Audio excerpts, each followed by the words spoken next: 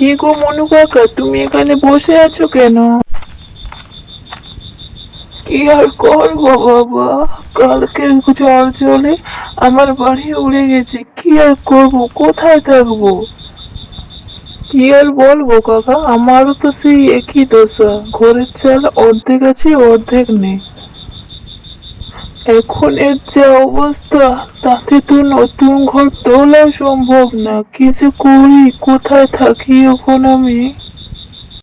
আমি গিয়েছিলাম মহাজনের কাছে কিছু টাকা আনার জন্য, কিন্তু তার কথাবার্তা শুনে তাকে আর বলার আমার সাহস হয়নি। ঠিকই করেছিস রে বাবা, ভুল করে মহাজনের কাছে টাকা লিস না, না হলে শেষমেশ আমার মতো ফিতে বাড়িটাও তোকে হারাতে হবে। হ্যাঁ কাকা, মহাজনকে তো খুব ভালো করেই আমি চিনি, ওর জন্য টাকা না নিয়ে আমি চলে এলাম। এখন ভাবছি কি করে জ্বালাটা আমি সারাবো।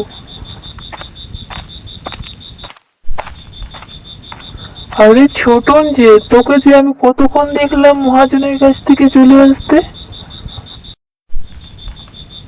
কি আর বলবো দুঃখের কথা, বিপদে পড়ে মহাজনের কাছে টাকা ধার নিয়েছিলাম। কে জানতো যে তার জন্য আমার ভিটে বাড়ি দিয়ে ওকে ঋণ শোধ করতে হবে। মহাজন যা বলবে তাই হবে নাকি গায়ে? এর একটা বিহিত করা দরকার।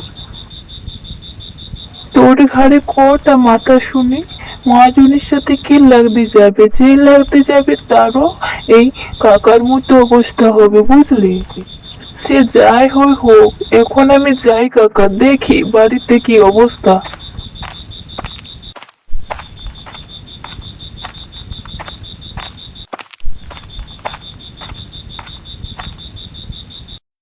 কি গো, তোমার আসতে এত দেরি হলো কেন? কোনো উপায় হলো আমাদের? না গো, কিছুই তো করতে পারলাম না, মহাজন বেটা বড্ড বাজে। তাহলে কি হবে এখন? এই ভাঙা চালের ঘরে কিভাবে থাকবো এখন? একটু বৃষ্টি এলেই তো আমরা ভিজে ছাই ছাই হয়ে যাব। কি করবো বলো, আমার তো আর কোনো উপায় নেই যে দিয়ে আমি চালিটা সারাবো। একটা কাজ তো করতে পারো, যে কোনো ভাবে এই বাড়িটা চলো ছেড়ে দিই। এটা ঠিক বলেছে, কিন্তু আজ তো আর সম্ভব না। দেখি কাল সকালে উঠে এটার জন্য ভাববো। ঠিক আছে, তাহলে আজকের মতো এই ভাঙা চালের নিচেই শুয়ে থাকতে হবে। বৃষ্টি না হলেই হয়। তাড়াতাড়ি রান্না শেষ করো, আমার খুব খিদে পেয়েছে গিন্নি। তুমি যাও, গোসল সেরে এসো, আমি তোমার জন্য খাবার বেড়ে রাখছি।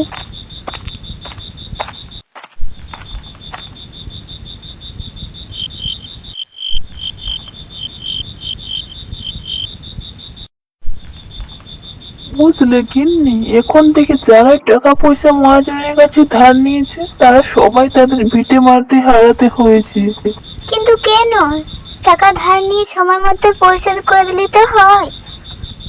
এই তো ঠিক ধরেছে, কিন্তু গায়ের লোকের যে অবস্থা, তাতে তারা কিভাবে সময় মতো টাকা ফেরত দেবে বলো? তাই ভাবলাম আমি কিভাবে পারবো, একদিন কাজ করি তো দুদিন বসে খেতে হয়। এভাবে কি আমি টাকা শোধ করতে পারবো? তাই আর নিলি না। আচ্ছা, টাকা না দিতে পারলে মহাজন কি করে? কি আর করে, টাকা পয়সা না দিতে পারলে জোর করে তাদের ঘর বাড়ি কেড়ে নেই, পথে নামিয়ে দেয়, তাদের জোর করে ঘর থেকে বের করে দেয়। থাক বাবা, লাগবে না তাহলে ওরকম টাকা, তার চেয়ে এরম থাকা অনেক ভালো। তাছাড়া আর বলি কি, এখন দুজনেই চলো জলদি খেয়ে নি, সকালে দুজনে উঠে একসাথে কাজে লেগে যাব।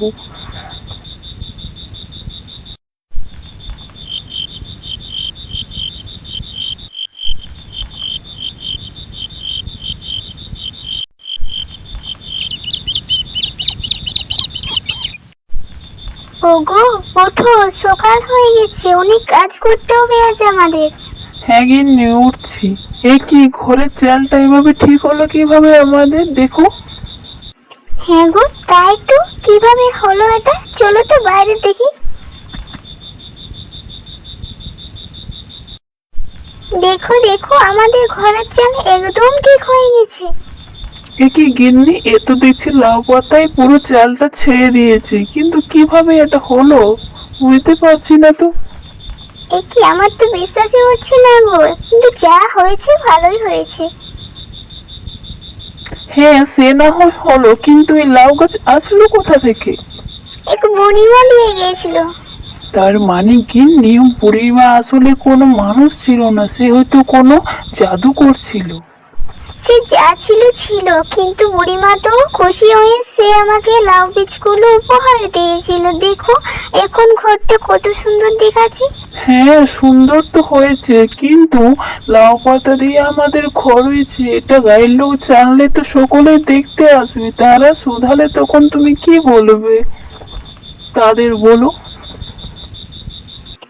ওসব নিয়ে তোমার ভাবা লাগবে না, আমি তাদের ঠিক বুঝিয়ে নেব। এবার দেখো আমার এই বাড়ি দিয়ে এবার আমি মহাজনকে কিভাবে বোকা বানাই। এতদিন ও সবাইকে বোকা বানিয়েছে।